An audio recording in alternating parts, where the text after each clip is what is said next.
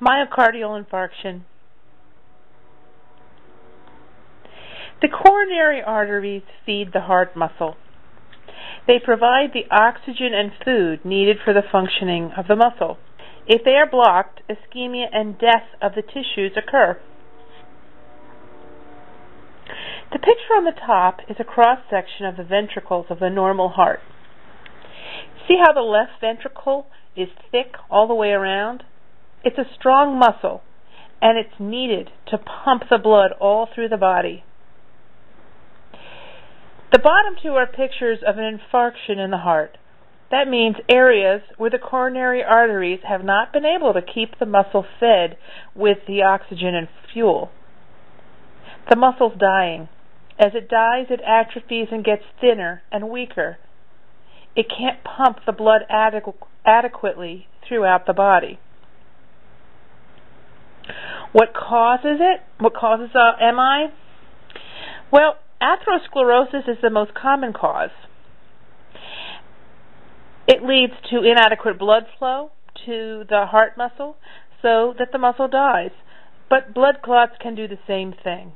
They can also block the perfusion to the muscle. The major risk factors is a family history of coronary artery disease, hypertension, smoking, high blood cholesterol, and diabetes.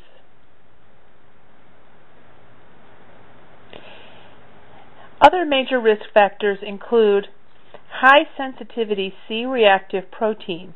This is a marker of inflammation made in response to tissue injury. And also hyperhomocystinemia. That means homocysteine at high levels in the blood. Homocysteine is from dietary intake of animal proteins, and it plays a role in the coagulation. High levels can cause excessive blood coagulation and thrombus formation.